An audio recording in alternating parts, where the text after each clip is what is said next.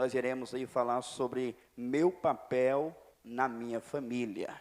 Você é integrante de uma família, seja ela nuclear ou extensiva. Você pode ser solteiro, viúva, você pode ser uma pessoa casada, enfim, Deus tem palavra para todo mundo aqui nesta noite.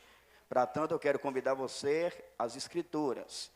Abrir a Bíblia na carta magna de Paulo aos Efésios, capítulo 5. Aos Efésios, capítulo 5. Hoje eu vou fazer algo um tanto inusitado. Nós iremos pregar uma porção significativa hoje. Eu irei ler o texto à medida que eu for pregando. Nós iremos aí pregar Efésios, capítulo 5, do versículo 22 até o capítulo 6, versículo 4. Vamos aqui alimentar a nossa alma com a palavra da verdade. Sairemos aqui certamente convictos de que nós ouvimos a palavra de Deus. Efésios capítulo 5, do 22 até o capítulo 6, versículo 4. Todos localizaram?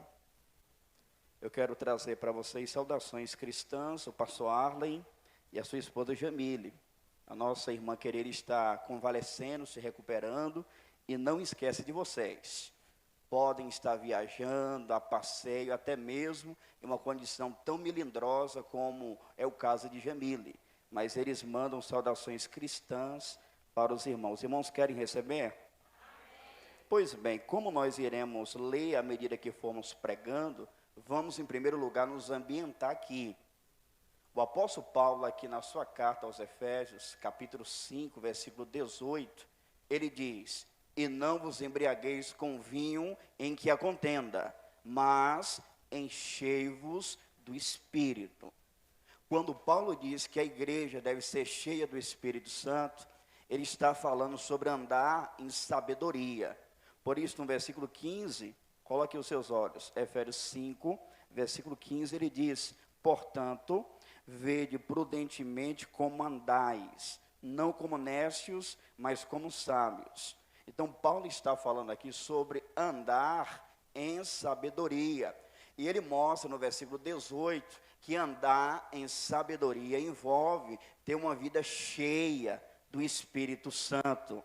E ter uma vida cheia do Espírito Santo significa ter uma vida controlada, governada, comandada pelo Espírito Santo. A sua mente, as suas emoções, a sua vontade, a sua maneira de viver deve ser pautada, governada pelo Espírito Santo. E talvez você se pergunte: pastor, quais são as evidências de uma pessoa cheia do Espírito Santo? Já quero adiantar que nada tem a ver com pular. Paulo vai mostrar nesse texto como é uma vida cheia do Espírito Santo. Na esfera da igreja, versículos 19 até o versículo 21, ele mostra aí como será a vida de um crente na igreja, do crente que é cheio do Espírito Santo. Vamos lá? Falando entre vós com salmos e hinos e cânticos espirituais, cantando e salmodiando ao Senhor no vosso coração. Um crente cheio do Espírito Santo na igreja, ele vai cantar salmos, hinos e cânticos espirituais. Ou seja, um crente cheio do Espírito Santo, ele não é fofoqueiro, ele não vive maledicência, ele vai falar o quê? Falando entre vós. Esse falando aqui é uma consequência de ser cheio. Quem é cheio do Espírito Santo vai falar no meio da igreja o quê? Salmos, hinos e cânticos espirituais. Outra evidência do enchimento do Espírito Santo, versículo 20, dando sempre graças por tudo a nosso Deus e Pai, em nome de nosso Senhor Jesus Cristo. Versículo 20, a gratidão na vida do cristão é também um resultado do enchimento do Espírito Santo. Ah, pastor, estou cheio do Espírito Santo, mas vive murmurando da vida, lamentando? Não procede. O crente cheio do Espírito Santo, ele vai dar graças a Deus por tudo. Versículo 21, nós temos uma outra evidência do enchimento do Espírito Santo na esfera da igreja, sujeitando-vos uns aos outros no temor de Deus. Um crente cheio do Espírito Santo na esfera da igreja, ele vai olhar um para o outro com olhar de honra, com olhar de nobreza. Não tem essa questão de crente desfazer do irmão, não. Um crente cheio do Espírito Santo, diz o texto bíblico, ele vai se sujeitar um ao outro no temor de Deus, ou seja, ele vai respeitar, honrar e valorizar os seus irmãos na igreja. Vocês viram as evidências de um crente cheio do Espírito Santo na igreja? Agora, em continuidade, versículo 22 até o capítulo 6, versículo 9, Paulo vai apresentar provas do enchimento do Espírito Santo nos relacionamentos. E ele fala, em primeiro lugar, acerca do relacionamento marital entre a esposa e o seu marido. Depois, no capítulo 6, ele fala sobre o enchimento do Espírito na vida dos filhos em relação aos seus pais. Estão preparados? Aperta o cinto aí, que Deus nos falará de perto pela sua palavra. Versículos 22 ao 24, nós temos aí o papel da esposa no casamento, no lar. Vós, mulheres, sujeitai-vos a vosso marido como ao Senhor, porque o marido é a cabeça da mulher, como também Cristo é a cabeça da igreja, sendo ele próprio o salvador do corpo. De sorte que assim como a igreja está sujeita a Cristo, assim também as mulheres sejam em tudo sujeitas a seu marido. Nós temos aqui, amados, o papel da esposa no lar. Pastor Arlan, eu sou uma criança. Pastor Arlan, eu sou jovem. Como assim essa palavra vai falar comigo? Você não pretende se casar um dia? Pois bem, já começa a aprender agora. Versículo 22, nós temos uma ordem expressa. Que ordem é esta? A esposa deve submissão ao seu marido. Vós, mulheres, sujeitai-vos a vosso próprio marido como ao Senhor. Irmãos, a palavra submissão, ela está desgastada em nossos dias atuais. Tem mulheres dentro e fora da igreja que não suportam mais ouvir a palavra submissão. Porque existem mulheres que pensam que ela ser submissa, ela ser inferior, ela ser capacho. Ao passo que existem maridos dentro e fora das igrejas que pensam que a mulher ser submissa a ele, é ele mandar tudo e ela obedecer tudo. John Mackay, um cristão que fora presidente do seminário de Princeton, oportunamente escreveu: uma das maiores invenções do maligno é esvaziar o significado das principais palavras do cristianismo. E a palavra submissão é uma delas. Aqui o apóstolo Paulo está dando uma ordem clara para que a esposa no lar, ela seja submissa ao seu marido. Mas pastor, o que vem a ser submissão? Antes de eu explicar para você o que é submissão, o que você acha da gente começar ao contrário? O que não é submissão? Em primeiro lugar, submissão não é subserviência, obediência cega. Tem pessoas que pensam o seguinte: olha, a mulher ser submissa, ela é ser capaz. É ela prestar uma obediência cega ao seu marido. Tudo que o marido ditar, ela tem que fazer, não, senhores. Submissão não significa subserviência, até porque o texto bíblico diz que a submissão da mulher ao marido é como ao Senhor. O critério de submissão da mulher para com o marido é o seguinte: ela expressa um ato de devoção ao próprio Jesus. Na Bíblia Sagrada, a submissão da esposa tem limites. Se o marido impor algo à esposa que contraria Cristo e a sua palavra, a mulher, a esposa, está desobrigada de ser submissa. Lá em Atos 5:29, nós temos a chave de interpretação. Disseram os apóstolos: mais importa obedecer a Deus do que aos homens. Então, se o marido impõe algo à esposa que vai de encontro à vontade de Cristo, a mulher não tem obrigação de ser submissa, não. Então, submissão não significa subserviência, obediência cega. Submissão também não significa inferioridade. Tem mulheres que não são submissas aos seus maridos, sabe por quê? Porque elas pensam de forma equivocada que se elas forem submissas, na verdade, ela estará expressando inferioridade. Equívoco. Na criação, Deus fez o homem e a mulher à sua imagem, conforme a sua semelhança. Diante de Deus, a mulher tem a mesma dignidade, a mulher tem o mesmo valor do homem. Lá em Gênesis 1, 26, está escrito: então disse o Senhor Deus, façamos o homem à nossa imagem, conforme a nossa semelhança. Perceba você que Deus planeja criar o homem conforme a sua imagem. Mas quando lemos Gênesis capítulo 1, versículo 27, somos informados. E criou Deus o homem à sua imagem.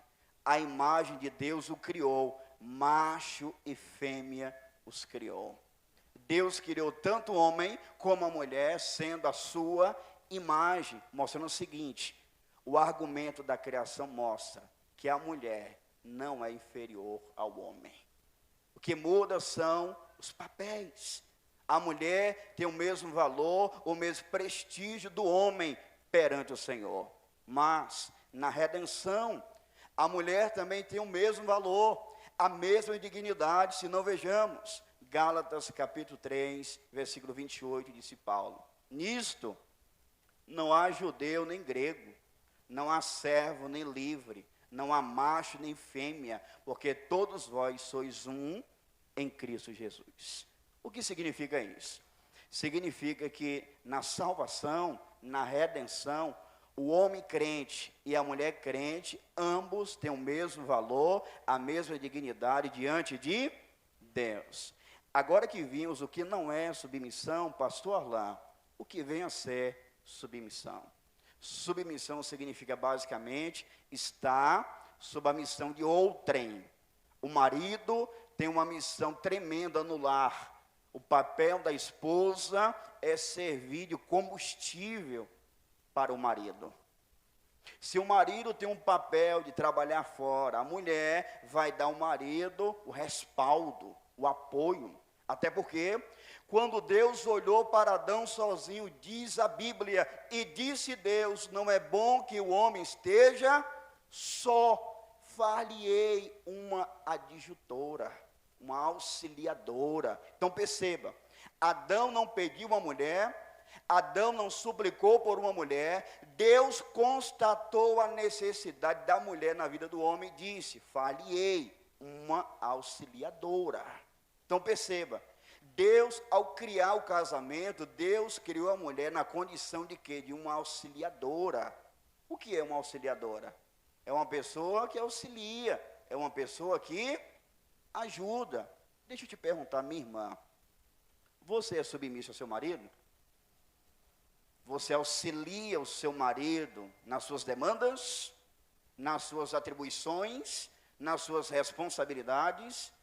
Nós temos aqui uma obrigatoriedade para a qual a mulher cristã deve atentar. Ela precisa ser submissa ao seu esposo. Ela precisa ajudar, auxiliar o seu esposo, principalmente na vida espiritual. Como veremos daqui a pouquinho, a tarefa principal de espiritualidade no lar não é da mulher, não, é do marido. Mas se o marido tem a tarefa, a responsabilidade de influenciar o lar em termos espirituais, o papel da esposa é chegar junto, é auxiliar o marido, é dar respaldo para o marido. Por isso que a Bíblia Sagrada vai dizer que Deus é o nosso ajudador. Deus é o quê? O nosso. Quando a mulher se propõe a ser submissa no lar ao seu marido, ela está se colocando em uma posição que Deus, na verdade, já colocou, uma condição privilegiada, porque Deus é o nosso auxiliador, o nosso ajudador. Hebreus 13, versículo 6. Quando a mulher se propõe a ser submissa ao marido, a ajudar o marido, a apoiar o marido, ela está sendo um instrumento de Deus na vida do marido. Deus conferiu ao marido inúmeras tarefas, E quando a esposa é submissa, a esposa dá respaldo. Sendo assim, uma demonstração do auxílio de Deus na vida do homem através dela. Isso é interessante porque tem muitas mulheres que não têm valorizado os seus maridos. A rotina é trabalho, casa, igreja. Mas tem muitas mulheres, irmãos, que eu não sei onde estão com a cabeça. O que muitas mulheres querem, na verdade? Tem mulheres que o esposo é mundano, bebe a semana inteira, trai ela, e a coitada está ali lutando na fé, Senhor, salva meu marido. Ela daria tudo para ter o privilégio que muitas irmãs têm e não sabem valorizar. A rotina do marido é essa, trabalho, casa, igreja. Mas há muitas mulheres que não valorizam isso. E o ato de ser submissa é uma expressão clara, inequívoca, de que a mulher valoriza o seu cônjuge. Ela precisa ser submissa ao seu marido. Mas como é essa submissão? Como ao Senhor. Quando a mulher cristã é submissa ao seu marido, ela expressa um ato de devoção ao próprio Jesus. O senhorio de Jesus é reconhecido no lar, quando a esposa é submissa ao seu marido. No versículo 23, Paulo apresenta a razão, porque a Bíblia é linda. Geralmente um pai fala para o filho, filho, você não pode fazer isso. Aí o filho pergunta, papai, por que eu não posso? Por que não pode? Aí a criança cresce turbada. Eu tenho que fazer ou deixar de fazer, e pergunta, e não sei por quê. Eu tenho que fazer ou deixar de fazer determinada coisa. Mas a Bíblia é linda. Olha, mulher, seja submissa ao seu marido. Aí vai apresentar a razão. Por quê? Olha o versículo 25, 23 melhor. Porque o marido é a cabeça da mulher. Como também Cristo é a cabeça da igreja, sendo ele próprio o salvador do corpo. Percebe a conjunção. Por quê? Paulo está explicando por que a esposa deve ser submissa ao seu marido. E ele dá razão, porque o marido é a cabeça da mulher. Deus, na sua sabedoria eterna, colocou o homem como líder do lar. Não é uma liderança déspota, aonde o marido pensa que ele é o rei da cocada preta. Não. É uma liderança, como veremos, em amor. Mas a mulher não pode perder de vista que Deus conferiu ao marido o papel de liderar o lar. Um lar sem cabeça é um convite ao caos. E Deus, na sua sabedoria, ele instituiu o homem como sendo cabeça da mulher. Isso é tão verdade que quando Eva pecou primeiro, e depois Adão pecou, comeu o fruto proibido, vocês percebem que quando Deus ele vai ao encontro do casal, Deus ele vai querer contas de quem? Ele poderia ir em primeiro lugar a mulher, porque você fez, mas não. Ele foi primeiro ao homem, porque ao homem lhe foi dado o papel, a responsabilidade e privilégio de liderar o seu lar. Então, esposa, você deve ser submissa ao seu marido, porque Deus o colocou como sendo o seu cabeça. E Paulo faz um paralelo, como também Cristo é a cabeça da igreja, sendo ele próprio o salvador do corpo. Cristo, ele é a fonte do poder e da direção da igreja. Cristo é o cabeça da igreja, ele dá o quê? Força, vitalidade e condução para a igreja. De igual modo, o marido no casamento, ele é o cabeça do lar. Ele precisa ser a fonte de condução, de direção. Quantos lares que estão desnorteados, sem direção, para onde ir, o que fazer? O marido está sendo omisso, não está liderando o seu lar, não está liderando a sua casa. Diz-nos o texto que o marido é a cabeça da mulher. Então vejam, haverá demandas em que o casal vai sentar, a mulher vai emitir as suas opiniões, vai usar os seus dons, mas haverá um momento decisivo, que a palavra será do marido. Então vejam, por que a mulher deve ser submissa ao seu marido? Porque o marido lhe foi dado como cabeça, como líder, aquele que deve guiar, conduzir sustentar e prover. Mas detalhe, enquanto o marido é cabeça da esposa, a mulher virtuosa, conforme Provérbios 12:4, é uma coroa na cabeça do marido. Então, enquanto o marido é o cabeça da mulher, a mulher é a coroa que o enobrece. Que coisa linda, não é mesmo? Você, esposa, é uma coroa na cabeça do seu marido. Isso em se tratando da mulher virtuosa. 22, uma ordem. Seja submissa, esposa. 23, a razão, porque o marido é a cabeça da mulher. 24, o modelo. Talvez você se pergunte, que modelo, pastor, eu posso seguir? Eu sei que eu devo ser submissa ao meu marido, mas qual é o paradigma? Qual é o modelo? Aí no versículo 24, Paulo apresenta, de sorte que assim como a igreja está sujeita a Cristo, assim também as mulheres sejam em tudo sujeitas a seu marido. Aqui está o padrão, esposa. Você deve olhar para o exemplo da igreja, que é submissa a Cristo, você precisa se assemelhar. Você precisa olhar para o exemplo da igreja, que quanto mais se submete a Cristo, mais é enobrecida, e você deve seguir esse padrão. É muito comum, não normal, comum, muitas esposas cristãs se embasarem em maus exemplos. É uma coleguinha na faculdade, no trabalho, que é uma mulher que quer ser independente. Na Bíblia Sagrada, nós percebemos que o homem e a mulher saem da dependência dos pais para a interdependência no casamento. Um passa a depender do outro, mas existem mulheres que são cristãs e não atentam para esse padrão bíblico. É como a igreja é submissa a Cristo, a esposa deve ser submissa ao seu marido. Esse é o padrão. Não queira abraçar o padrão mundano. Não queira aderir o conselho, o mau conselho da sua amiga. Não queira olhar para uma pessoa que não teme a Deus e abraçar esse estilo de vida. O padrão de submissão para a esposa é a submissão da igreja a Jesus Cristo. Então aqui as mulheres já estão bem instruídas, não é mesmo? Você que não é casada ainda, filha, aqui está o padrão de Deus para quando você se casar. Vamos avançar, ver agora a larga missão, papel do marido no lar. A partir do 25. Vós, maridos, amai vossa mulher, como também Cristo amou a igreja, e a si mesmo se entregou por ela. Veja, vós, maridos. No 22, vós, esposas. No 25, vós, maridos. Paulo aqui desfoca da mulher, e agora foca no marido. Qual é o papel do marido no lar, com base nesse texto aqui? Amar a sua respectiva esposa.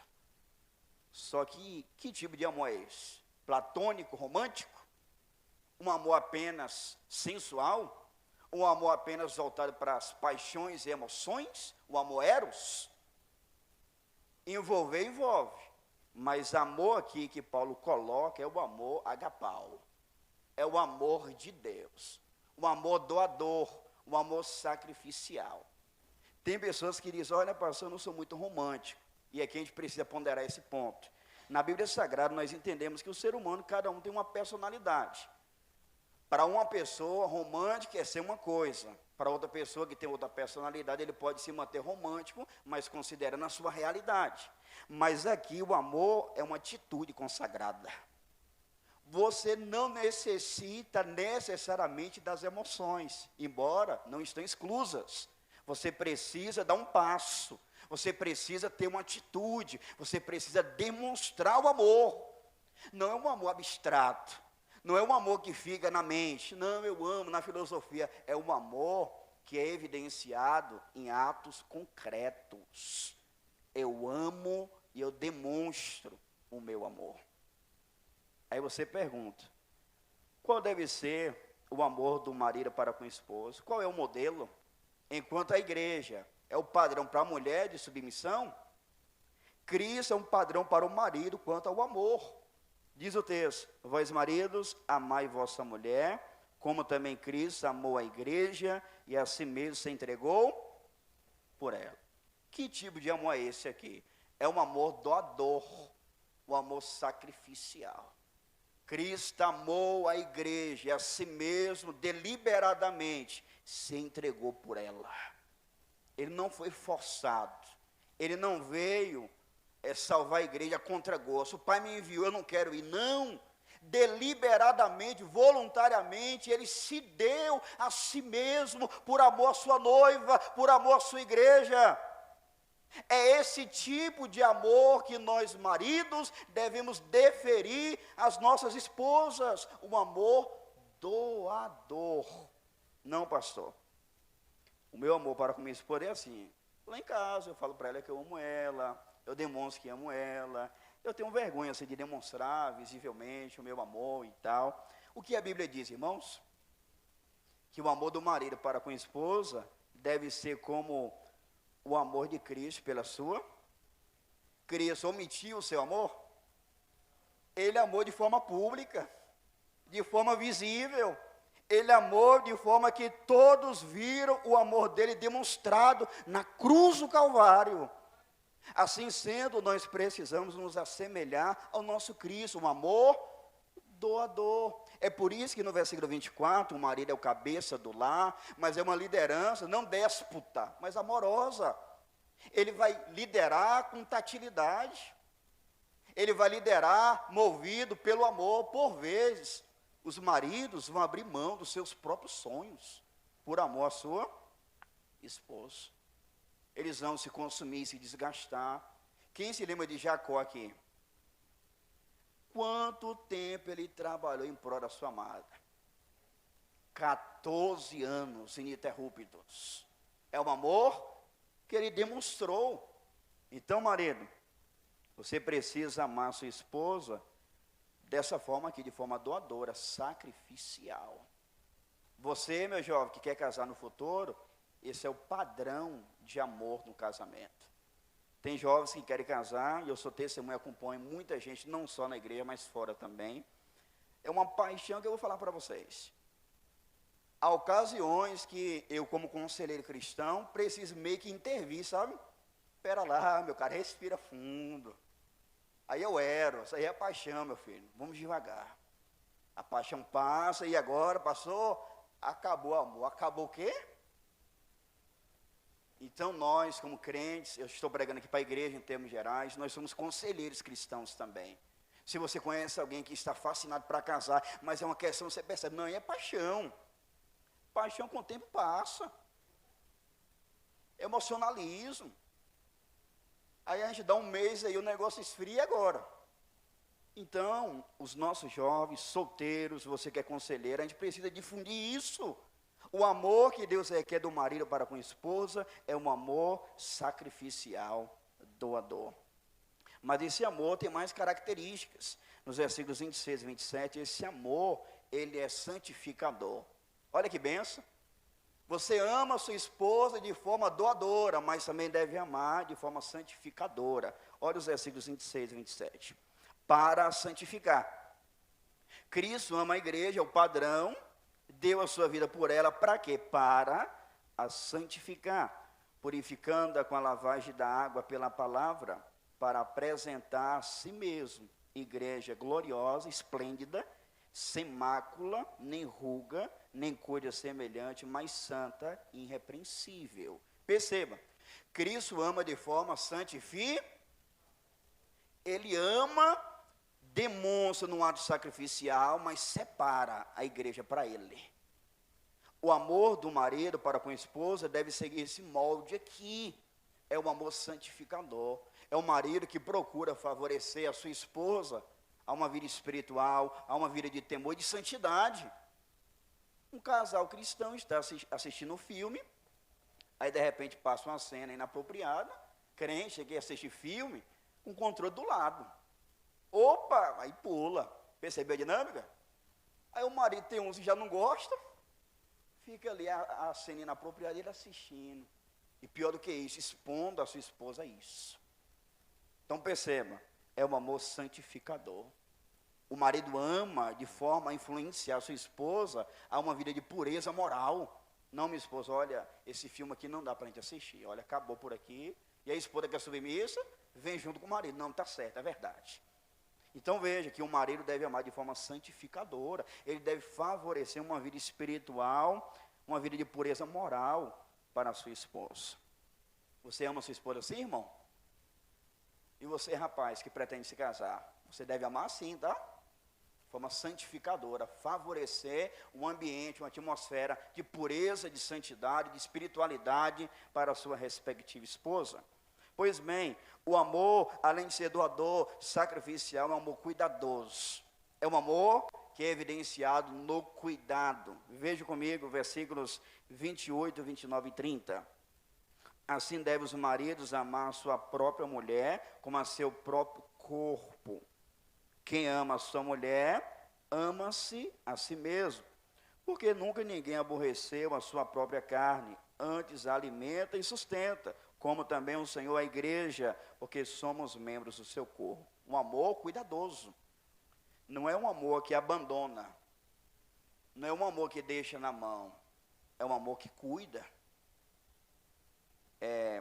Nas minhas andanças como conselheiro cristão, constatei o seguinte: a maioria dos casais que hoje são casados não tiveram o privilégio de serem previamente treinados pela Bíblia. Se casaram, não tiveram nenhuma instrução, não tiveram nenhum curso e vamos casar. Aí casa, vem um desgaste, a vida dói, não é fácil. E agora falta o fator cuidado, por exemplo. Todas as vezes que eu vou aconselhar um casal, se é da igreja ou não, que eu nunca aconselhei antes, eu pergunto, antes de você se casar, você foi mentoreado, acompanhado? Imagina a resposta. Um retumbante não.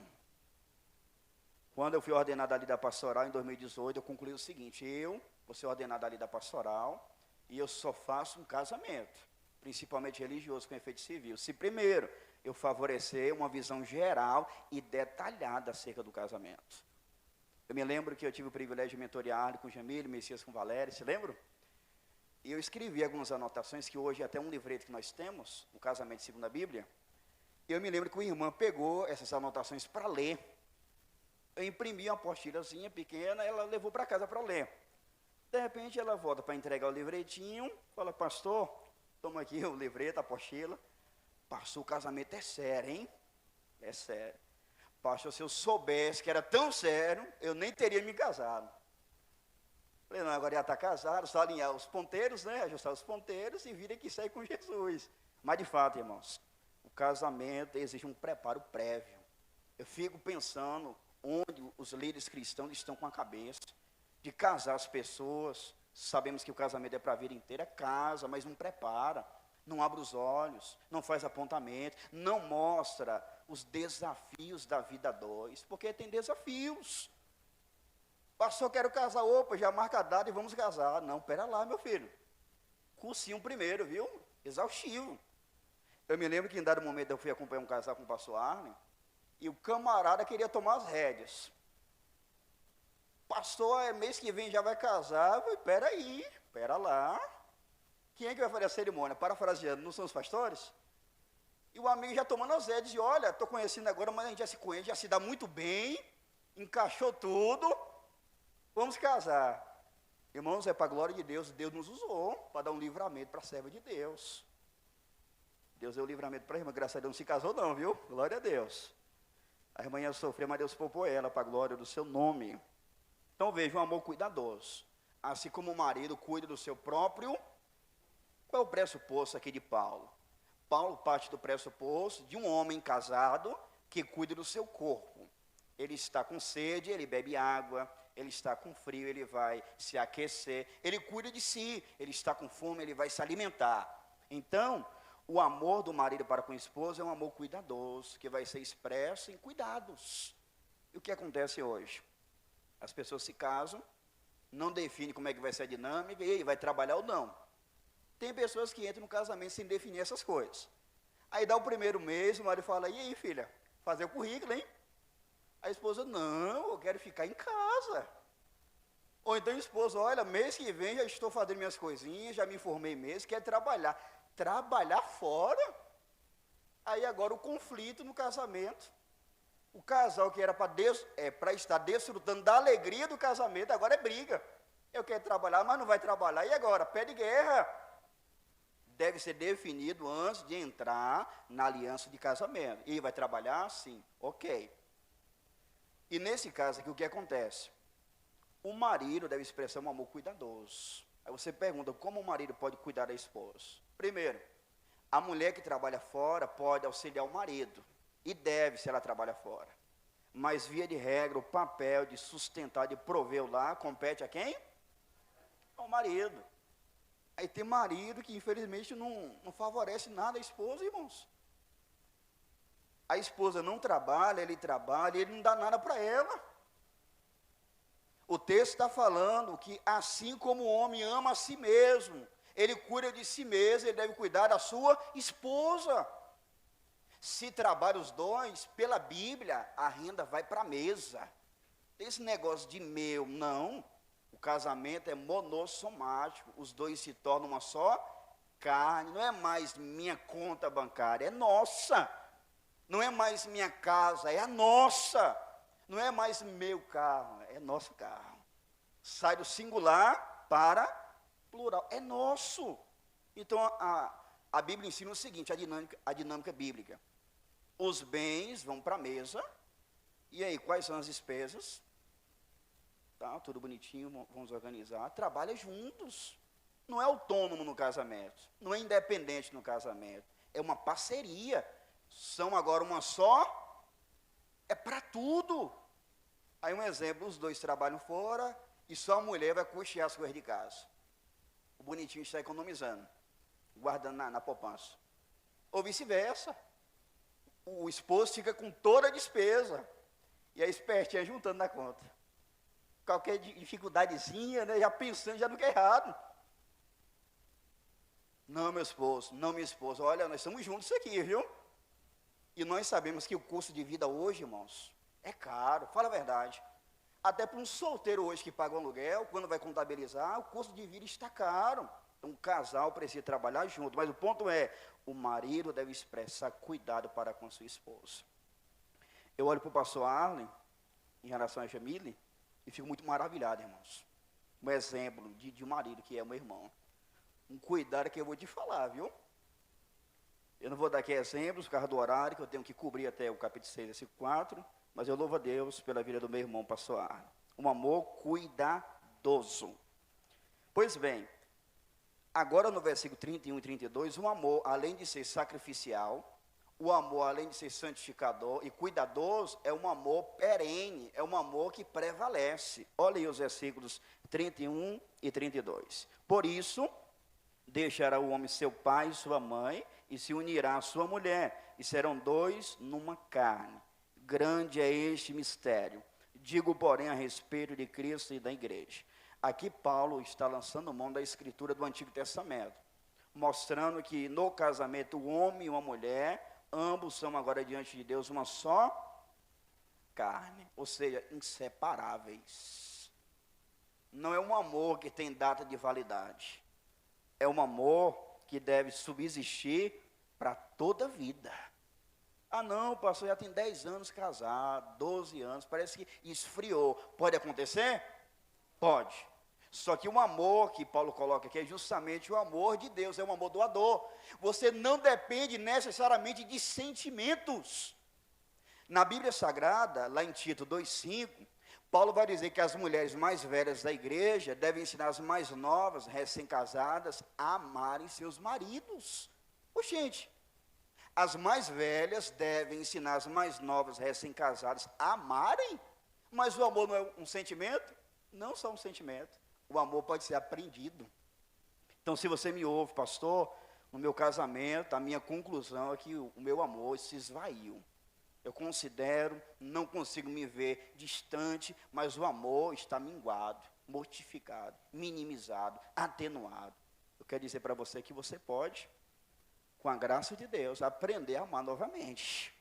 Porque o amor, segundo a palavra de Deus, você pode anotar, caso você queira ir. Tito 2, versículo 5, o amor é ensinável. A mulher pode aprender a amar o marido. Pastor, parece que eu desaprendi. Aprende de novo.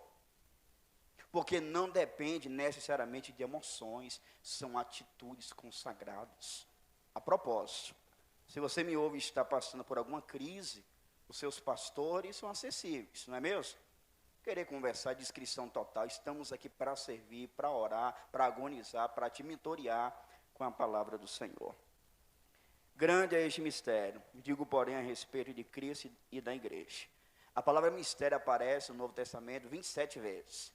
E nada tem a ver com algo, com superstição. Não mistério, tem pessoas que, né? É igual aquela pessoa que tem um sonho com o irmão, e quando vê o irmão, chega a fechar o olhinho, varão, tive um sonho com você, Vaz. Não é mais ou menos assim? Vocês sorriram, né? É assim, irmãos. Cheio de mistério. Ó, Vaz, eu tive um sonho com você. Irmãos, na Bíblia Sagrada, mistério nada tem a ver com isso. Mistério é o seguinte no Novo Testamento: uma verdade que outrora estava oculta, mas agora está revelada. Somente isso. Não tem superstição, não tem misticismo. É uma verdade outrora oculta, mas agora retratada. E aqui Paulo fala sobre o mistério, digo, porém, a respeito de Cristo e da igreja. Qual é o mistério aqui? Quando Deus ele fez Adão lá no Éden, formou a mulher da costela do homem, criou o casamento, fez o casamento. O mistério consiste no seguinte fato: ali estava um símbolo da união de Cristo com a sua igreja. A maior teologia que é feita na cerimônia de casamento, quando os nubentes se aceitam em casamento, ali está o mistério em evidência, porque está um símbolo da união de Cristo com a sua igreja. Eu te pergunto, a união de Cristo com a sua igreja pode ser rompida? Está selada. Por isso que Paulo, no versículo anterior, fala: por isso deixará o homem seu pai e sua mãe, e se unirá a sua mulher, e serão dois numa carne, para toda a vida. Para toda a vida, porque o casamento é um símbolo do relacionamento de Cristo com a sua igreja. 33, Paulo arremata: assim também vós, cada um em particular, ame a sua própria mulher, como a si mesmo, e a mulher reverencie o marido. Quais são as principais queixas dos maridos e das esposas quanto ao casamento? A queixa principal da esposa: pastor, esse homem não me ama. A queixa do marido, a principal: essa mulher não me respeita, pastor. Aí Paulo, aqui movido pelo Espírito Santo, resolve isso. Assim também vós, cada um em particular, ame a sua própria mulher como a si mesmo, e a mulher respeite, reverencie o marido. Resolvido? Vamos agora focar nas crianças. Onde estão as crianças? Alguém cochilando? Não, né? Se esse rapaz estiver cochilando, acorda ali para mim. Quero falar com ele agora. Capítulo 6, versículo 1, 2 e 3. Vós, filhos, sede obediência a vossos pais no Senhor, porque isto é justo. Honra teu pai e a tua mãe, que é o primeiro mandamento com promessa, para que te vá bem e vivas muito tempo sobre a terra. Vimos o papel da esposa no lar, vimos o papel do marido no lar, veremos agora o papel dos filhos no lar. Dois papéis competem aos filhos de menor idade e um papel para os filhos que já saíram da dependência dos pais. Os dois papéis para os filhos que estão debaixo do telhado dos pais: obedecer e honrar. Papel dos filhos que já saíram de casa: honrar os pais. Vamos passo a passo? Vós, filhos, percebam, Paulo sai da esposa, vai para o marido. Agora sai do marido e vai para os filhos. Paulo começa com a parte que deve ser submissa. Mulher, primeiro lugar, depois vem o marido. Agora, filhos, primeiro lugar, depois vem os pais. Os filhos devem obedecer os seus pais no Senhor. Filhos que me ouvem agora, eu pergunto para você, olha para mim agora, estou falando contigo. Você tem sido obediente a seus pais?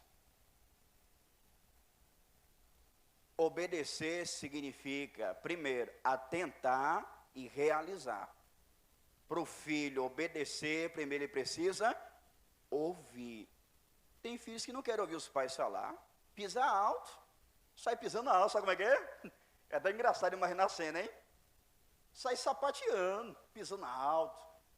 Filhos, vocês devem ouvir com atenção o que o pai de vocês tem para dizer. Ouviu? Se conforme, obedeça. Ah, não, mas minha mãe não entende, meu pai não entende. Entende sim. Se fosse para você ser independente, você já era adulto, você já tinha seu trabalho e seu salário. Quem cuida de você é seu pai e sua mãe. Deus colocou vocês como filhos para os seus pais cuidar de vocês. Vocês precisam obedecer os vossos pais. Ouvir com atenção, o pai falou, obedeça. Mas é interessante que o texto diz, vós filhos, sede obedientes a vossos pais no Senhor. Pais aqui no versículo 1, é pai homem e é a mãe, a mulher. Porque tem filhos que obedecem só o pai ou só a mãe. Paulo está dizendo, vós filhos, sejam sujeitos, submissos a vossos pais. Por que acontece isso? Às vezes, ou a mãe é flexível demais, faz concessão, aí o filho ama a mamãe, né? Ama a mamãe, obedece o pai porque tem medo do pai, e ama a mamãe, mas desobedece a mamãe. Deu para entender a dinâmica? A mãe às vezes é muito flexível, faz concessão, aí por medo a criança obedece o pai. Ama a mãe, não amo mais minha mãe. Qual é o critério? Não, ela deixa eu fazer o que eu quero. Mas na hora de obedecer, não obedece a mãe. Veja o que esse texto mostra para nós, que os filhos devem ser obedientes tanto ao pai como à mãe. Qual é a implicação disso? O casal precisa ter a mesma linguagem em casa. É a mesma língua. Porque às vezes o marido, o pai fala uma coisa, menino, nada de celular hoje. Aí o marido vira as costas, a mãe, toma meu filho. Vocês entenderam? O menino vai obedecer a quem? O pai fala uma coisa, a mãe fala outra. Tem que ter uma linguagem só. Vocês me entendem? É por isso que em primeiro lugar vem um casamento. Mulher, marido. Agora juntos vão focar nos filhos. Devem ter a mesma linguagem em casa, de sorte que se o pai falar é o mesmo que a mãe falar e vice-versa. Porque isso é justo. Como é justo, filhos, vocês obedecerem os pais de vocês. Uma mãe carrega uma criança 9 meses no ventre. Você que é mãe, você sabe o que é carregar, o mau humor, enfim, altera a sua vida de forma integral. Um sofrimento sem igual e a dor de parto. Aí a mãe passa por tudo isso, o menino nasce. O pai quer trabalhar no dia seguinte cedo. Como é que vai?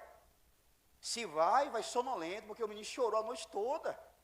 Agora os filhos estão crescendo e falam, não mãe, eu obedeço se eu quiser. Crianças, seu pai, sua mãe sofreu por causa de você. Deixaram sonhos. Quantos pais que deixaram os seus sonhos por amor? Os seus filhos. E os meninos estão crescendo na igreja. Que bom que a maioria estão acordados me ouvindo agora. Vocês precisam obedecer os pais de vocês, porque isso é justo, isso é adequado, isso é correto. O mínimo, crianças, que vocês podem fazer pelos seus pais é obedecê-los. Obedecê-los. Mas no versículo 2, nós temos a segunda obrigação do filho de menor idade, e é a primeira e a única no texto, para aqueles que já saíram da dependência dos pais. 2, honra teu pai e a tua mãe, que é o primeiro mandamento com promessa. Passou a obedecer e honrar é a mesma coisa? Não. Estão associadas? Sim. A possibilidade dos filhos obedecerem e não honrarem os pais. Tipo assim, menino, vai ali na venda comprar ali um negócio. Aí fecha o semblante. Coração enraivecido, queria jogar meu game, né? Meu game. Aí vai murmurando por dentro, ou seja, até obedeceu, mas desonrou seu pai e sua mãe. Você precisa obedecer honrando. Se você, criança, ficar nervosinha, respira um pouquinho, tá? Respira, fala, não, peraí, quem está me fazendo um pedido, me dando uma ordem, é meu pai, é a minha mãe, que deram tudo, que dão tudo para me sustentar, para me dar um teto, para me dar comida, para me dar vestuário. Então respira fundo, pense nisso e obedeça honrando. Faça isso, olha, eu vou lá e honrando, sem demonstrar contragosto. Então vejam, os filhos devem obedecer e honrar. No caso daqueles que já saíram de casa, que são de maior idade, a honra prevalece. A honra prevalece. Como um filho adulto pode honrar o seu pai ou a sua mãe? De várias maneiras. Dando assistência, cuidando. Inclusive, 1 Timóteo 5, na igreja tinha viúvas. Aí Paulo manda a igreja acolher, cuidar daquelas que deveras eram viúvas. E ele vai se reportar para os filhos e netos que tinham viúvas na igreja, mas não queria ajudar. Queria fazer obras filantrópicas, tipo assim, ajudando todo mundo. Ô, irmão abençoado, viu? Mas a mãe dele era viúva da igreja. A avó dele era viúva da igreja. Ele não queria cuidar da sua avó, da sua mãe, mas fora, ô, que irmão abençoado, ajudava todo mundo. Aí Paulo vai dizer, 1 Timóteo 5,8, mas se alguém não tem cuidado dos seus, e principalmente dos da sua família, negou a fé e é pior do que o infiel. Aprenda, em primeiro lugar, a exercer misericórdia em casa. Gentileza em casa. Tem pessoas que tratam todo mundo bem. Quando você vai olhar o tratamento, não só de pessoas jovens que estão debaixo do teto, mas que já saíram, não dão a devida honra para seus pais. Honra todo mundo, coloca no colo. Mas seu pai e sua mãe, fica nítido que não honra seu pai e sua mãe. Inclusive, fica uma dica aqui para os rapazes que querem se casar. Um dos critérios que você deve considerar é como a mocinha trata os pais. É como o rapaz trata os pais. Ah, bem intencionado, quero casar, procure saber como é o relacionamento da mocinha com seus pais. Tem mocinhas estressadinhas que gritam com as mães. Aí se o rapaz quer casar com a mocinha, ele precisa tomar duas decisões. Ou ele casa para sofrer, vai ser a próxima vítima, ou ele larga com isso enquanto há tempo. Se você fazer vista grossa agora, não, mas é com o tempo muda, vai nessa. Eu já assisti essa novela, vi esse filme. As pessoas podem selecionar, podem trabalhar, olha, isso aqui eu não estou gostando, para resolver, deixa. Quer tapar o sol com a peneira. Ele vai empurrando com a barriga.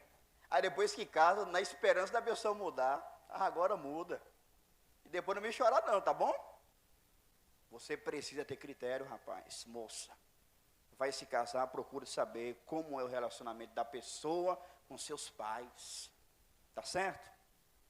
Porque este é o primeiro mandamento com a promessa específica, é o 5º mandamento. Versículo 3. Para que te vá bem e vivas muito tempo sobre a terra. Quando os filhos obedecem e honram seus pais, crianças, jovens, veja o que acontece aqui. Para que te vá bem e vivas muito tempo sobre a terra. O texto aqui está prometendo, em primeiro lugar, uma vida qualitativa. Qual é o filho que honrou seu pai e sua mãe no passado e hoje se arrepende? Tem a maior satisfação do mundo. Não, eu cuidei dos meus pais. Eu dei assistência para os meus pais. É uma vida qualitativa, prazerosa. Um filho que obedece, que desonra seus pais, não tem como ter uma vida qualitativa. E diz o texto, e vivas muito tempo sobre a terra. Longevidade. Vida longa é promessa do texto. A exceção, sim, as jovens que temem a Deus, que servem a Deus, que podem morrer estando jovem, de forma prematura, exceção. Via de regra, longevidade. E vivas muito tempo sobre a terra. Vocês sabem que no passado, nós éramos criminosos, meliantes. Minha mãe sofreu muito. Sofreu muito. E uma das armas, eu diria armas, que Deus usou para fisgar nossa atenção, foi o procedimento da minha mãe. Isso aqui eu quero contar para mostrar que questão da longevidade, né? E minha mãe, ela por vezes dizia, meu filho, meus filhos, não passa de 11 horas não. Aí mundano, no erro, no pecado, 11 horas está em casa, está bom amanhã. 11 horas, lá estávamos. Talvez Deus possa até, como cumprimento da sua palavra tem nos poupado também por causa disso. Honra a nossa querida mãe. Perceba, e vivas muito tempo sobre a terra. Quantos jovens que estão morrendo de forma prematura? Você conhece alguém? Um rapaz da sua rua, seu colega, seu vizinho, um rapaz que você pregou ontem e infelizmente desceu a turma fria. Os jovens estão morrendo a cada dia que se passa, de forma violenta e terrível. Muitos deles certamente ignoraram o conselho do pai e da mãe. Os meninos, eles não conseguem prever o perigo. Eles levam tudo na esportiva, é na brincadeira, é na risada. Eles não conseguem perceber o perigo. Crianças, quando sua mãe fala assim, olha, minha filha, não anda com aquela coleguinha, sua mãe sabe muito bem o que ela está falando. Você não consegue ver o perigo, mas sua mãe e seu pai conseguem muito bem ver o perigo. Você, rapazinho, seu pai e sua mãe falam, olha, não anda com esse menino. Você precisa se desencilhar desse menino. Ele consegue prever o perigo e você não. Você quer brincar. Quantas crianças e jovens, adolescentes que morrem no nome da brincadeira. Não, onde vai ali curtir, brincar, não volta mais para casa. Foi assassinado. Eu conheço um pastor que, não sei se a postura foi louvável, não vamos entrar no mérito. Mas todas as vezes que alguém era assassinado, de tiro, ele pegava seus filhos, vem cá vocês dois, vamos ali. Está vendo, meu filho, esses meninos aí? E dava uma lição de moral. Se é válido, não quero entrar no mérito. Mas, pelo menos no caso desse, pastor surtiu efeito. Que hoje os filhos adultos, eles reconhecem, não me lembro. Que meu pai, quando acontecer alguma coisa, não é a melhor pedagogia. Instrução, não recomendo isso, viu, gente? Estou contando aqui um depoimento. Mas o ponto é, os jovens estão se arruinando sem parar, perecendo. Crianças, meninas, 13 anos de idade, gestantes. E o pai falou, a mãe falou, não anda com essa coleguinha. Que nada. Crianças que estão contraíram HIV. Crianças. Porque o pai falou, não sai, não, eu vou fazer o trabalho. Enganou a mãe. Vou fazer o trabalho de casa, trabalho escolar. Foi para a festa. Contraiu enfermidades. Então, crianças, obedeça o pai de vocês, a mãe de vocês. Honre a mãe de vocês, o pai de vocês. Para que vivas muito tempo sobre a terra. Vimos o papel da esposa no lar, o papel do esposo no lar, o papel dos filhos no lar, e veremos para fechar aqui o papel dos pais no lar. Quem deve ensinar os filhos a obedecer e honrar? São os pais. Aqui nós temos uma grande curiosidade. Hoje, existem muitos pais que querem terceirizar a educação cristã dos filhos. Não joga para a salinha. Uma luta, uma correria do pai e da mãe, não, lá tem a tia. Tem o seu papel na igreja? Sim ou não? Sim, mas tem muitos pais que estão terceirizando, não fazem e querem colocar nas costas das tias. Ou então do Estado. Deus não criou o Estado para cuidar dos seus filhos. Deus não instituiu avós para cuidar dos seus filhos. Deus constituiu os pais para cuidarem dos seus filhos. A igreja soma, a igreja ajuda, a igreja auxilia, mas é papel primacial do pai e da mãe facultar uma cultura, uma educação cristã para os seus filhos. Nos diz o texto, e vós, pais, não provoqueis a ira a vossos filhos, mas criai-os na doutrina e admoestação do Senhor. Nessa época estava em vigor uma lei. Que lei era essa? Pater potestas, ou pátria poder. Paulo escreveu essa carta para os crentes que estavam ali, nas mediações de Roma. O Império Romano está vigorando com essa lei, que o pai tinha autoridade suprema no lar, inclusive sobre os filhos. Veja, não é a cultura bíblica, é a cultura romana que esses irmãos estavam envoltos. E a lei dizia o seguinte, olha, o pai pode fazer o que quiser com seu filho, com a sua prole. Ele pode casar o filho, divorciar o filho, ele pode vender o filho como escravo e até mesmo matar o filho, e o Império Romano dava apoio. Só que agora os efésios são convertidos. E Paulo vai dizer algo aqui interessante, que eles não deveriam provocar a ira dos seus filhos. Agora vejam, se no Império Romano eles poderiam até matar os filhos, o que seria provocar a ira? Nada. Só que Paulo mostra aqui que eles não devem seguir o padrão de Roma, eles devem seguir o padrão de Deus. Padrão de Deus. Eles não devem provocar a ira aos seus filhos. O que é provocar a ira aqui? Quer dizer que o pai não pode corrigir, porque o menino vai ficar irado. Não é isso. É o pai descumprir as suas funções de maneira tal que os seus filhos percam o ânimo, ficam irados e não querem até mesmo, conforme Colossenses, servir ao Senhor. Como um pai, ele pode provocar a ira dos filhos. Vou dar somente um exemplo. Hipocrisia. Tem muitos pais que estão nas igrejas, exigem um padrão elevadíssimo para os seus filhos, mas eles mesmos não querem viver. Salomão disse em Provérbios, ensina o menino no caminho em que deve. Não é você ensinar o caminho estando longe dele, não. Você deve ensinar o caminho estando no caminho. Ou seja, você ensina de forma verbal e os filhos devem te ver no caminho que você ensina. Porque tem pais que falam, ó menino, não pode mentir. Aí o menino olha assim, meu pai está de brincadeira. Não tem cabimento? Meu pai fala para não mentir, esses dias eu menti e ele me deu uma surra. Mas todo dia meu pai mente.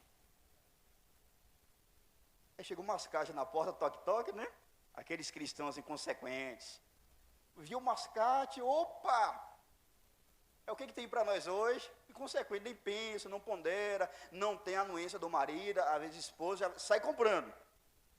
Aí, de repente, chega o dia de pagar. Até esquece do dia do pagamento, né? Só ouve as palmas, toque, toque, bate forte, né? Os mascates. Aí olha na greta e é ele. O menino fala que eu não estou aqui, não. O menino, rapaz, você está de brincadeira, né, maninha? Você pensa que o seu filho não está observando, mas ele observa muito bem. Ele pode fingir que não está ponderando nada, mas está ponderando tudo. Então você dita um padrão, mas você não vive esse padrão. Isso é hipocrisia e você pode estar provocando a ira dos seus filhos. Mas criai-os na doutrina e admoestação do Senhor. Doutrina aqui é disciplina, um treinamento verbal, que pode envolver até a correção física. Não vamos entrar no mérito, que o horário findou-se. Então você deve criar, promover o que for necessário para o seu filho, para a sua filha, na doutrina, na disciplina e admoestação do Senhor. A admoestação aqui é você incutir, é como se você fosse abrir a mente e colocar a informação. Não é literal, né, gente? Então você vai incutir o ensino bíblico na cabeça do seu filho. Como você faz isso? Várias maneiras. Inclusive trazendo para a igreja. Olha só que Paulo está dizendo, vós filhos, obedeçam, honra. Paulo esperava o quê? Que os filhos estariam no culto quando a carta fosse lida, explicada e aplicada. É por isso que Paulo se dirige aos filhos na carta. O pastor ia ler a carta de Paulo e chegaria nessa parte, vós filhos. Opa, os filhos estariam onde? No culto. Vós filhos, obedecei os vossos pais, honrai os vossos pais. Então você pode fazer isso, incutir o ensinamento bíblico, trazendo os seus filhos para a igreja. Aqui na igreja nós temos N experiências. Inclusive, algumas crianças que no começo dormiam no culto, não dormem mais não. Ah, pastor, mas será que a palavra está entrando? Te asseguro que sim. Temos vários depoimentos de várias crianças que têm testificado a eficiência da palavra de Deus, adentrando no coração delas. Então, vocês, pais, devem instruir a criança de vocês.